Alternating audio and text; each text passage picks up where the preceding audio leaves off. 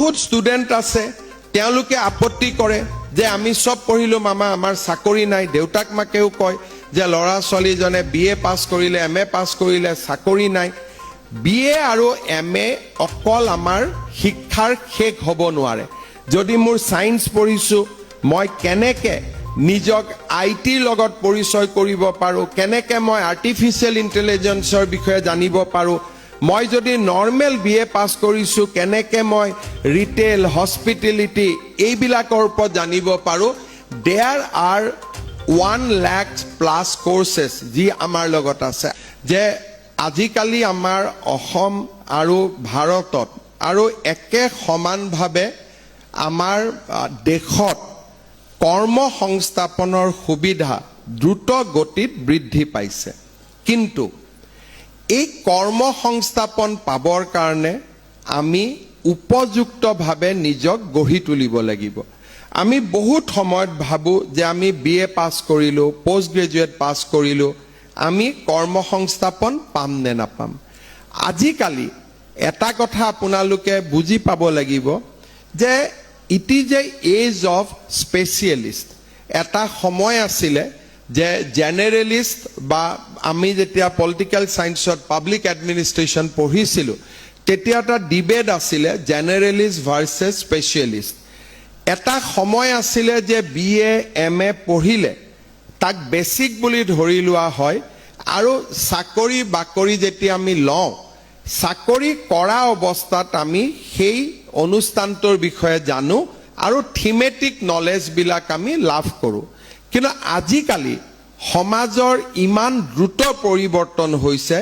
যে এতিয়া সমাজত জেনাৰেল ষ্টুডেণ্ট বা জেনাৰেল যাৰ নলেজ আছে তাতকৈ মানুহে স্পেচিয়েলিষ্ট বিচাৰে যে যাতে আমি একেবাৰে আমাক যেটো কাম লাগে সেই কামটো আমি ল'ব পাৰো এসময়ত আমি এমবিবিএছ পঢ়িছিলো এমবিবিএছ ডাক্তৰ মানে বহুত ডাঙৰ আছিল তাৰ পিছত আহিলে মানুহে নিজে গাঁৱৰ মানুহেও কয় যেতিয়া মই হেলথ মিনিষ্টাৰ আছিলো হস্পিটাল বিলাকত যাওঁ গাঁৱৰ মানুহে কয় স্যাৰ মেডিচিনৰ ডক্তৰ আমাৰ নাই তাৰ মানে গাঁৱৰ মানুহজনেও বুজি পালে যে এমবিবিএছ জনে মোৰ প্ৰাথমিক কামখিনি কৰিব পাৰিব মোক এজন মেডিচিন এক্সপাৰ্ট লাগিব তেতিয়াহে মোৰ বেমাৰটো ভাল হ'ব যোৱা কেইটামান দিন যেতিয়া মই আকৌ হস্পিটাল বিলাকত যাওঁ তেতিয়া মানুহে কয় যে স্যাৰ আমাৰ মেডিকেলটো কৰি দিলে নিউৰো সাৰ্জন নাই নিউৰোলজিষ্ট নাই তাৰ মানে আপোনালোকে চাওক যে MBBS is a general qualification এতিয়া মানুহে গৈ গৈ নিউৰো সাৰ্জন বিচাৰিব আৰম্ভ কৰিছে তাৰ মানে জেনাৰেল মানুহকো লাগে যে মোক জেনাৰেল এডুকেশ্যন থকা মানুহ নালাগে মোক স্পেচিয়েলিষ্ট লাগে আৰু এই স্পেচিয়েলিষ্ট যেটো আমাৰ প্ৰয়োজন হি অকল মাত্ৰ যে আমাক মেডিকেল ফিল্ডত আছে সেইটো নহয় ইঞ্জিনিয়াৰিঙত আমাক লাগিব আমাক বিএ বিএসসি আমাৰ যিমান সাবজেক্ট আছে তাৰ মাজৰ পৰাই মানুহে আমাৰ মাজত থকা বিশেষ গুণটোক বিচাৰি উলিয়াবৰ বাবে চেষ্টা কৰে সেই কাৰণে আজিকালি আমাক শিক্ষাৰ লগত এটা ডাঙৰ প্ৰয়োজন হৈছে যে নিজে কিবা এটা বিশেষ গুণ আয়ত্ত কৰা যদি মই কমাৰ্চ পঢ়িছো তেতিয়া মই কমাৰ্চৰ লগত জিএসটিৰ বিষয়ে জানিব লাগিব যাতে মই কমাৰ্চ পাস কৰি জিএসটি ৰিলেটেড মই কামত সোমাব পাৰো বুলে মই কমাৰ্চ পঢ়িছো কিন্তু মই কোম্পানী লৰ ওপৰত পঢ়িব লাগিব যাতে কমাৰ্চ পাস কৰি মই কোম্পানী এটাৰ লগত নিজক জড়িত কৰিব পাৰো কাৰণ মই কোম্পানী লৰ বিষয়ে জানো মই যদি কোনোবা এটা বেংকিং প্ৰতিষ্ঠানত কাম কৰিব খুজিছো তেতিয়ালে মোক বিএ বিএসসিৰ লগত মোক কি লাগিব মোক ইনভেষ্টমেন্টৰ ওপৰত মোক নলেজ লাগিব মই যদি এতিয়া কৰবাত জিএনএম নাৰ্ছ হ'ব খুজিছো লগত মোক ইংলিছৰ নলেজ লাগিব কাৰণ প্ৰেসক্ৰিপচন সমূহ ইংলিছত আহিব মই ইংলিছ পঢ়িব লাগিব আৰু আজিকালি ডক্টৰে হাতেদি প্ৰেসক্ৰিপচন লিখা প্ৰায় বন্ধ কৰিছে কম্পিউটাৰত লিখে গতিকে মোক কম্পিউটাৰৰ নলেজ লাগিব মই যদি পলিটিক্যাল সায়েন্স পঢ়িছো পলিটিক্যাল সায়েন্সৰ লগত মোক এনেকুৱা জ্ঞান লাগিব যাৰ দ্বাৰা মই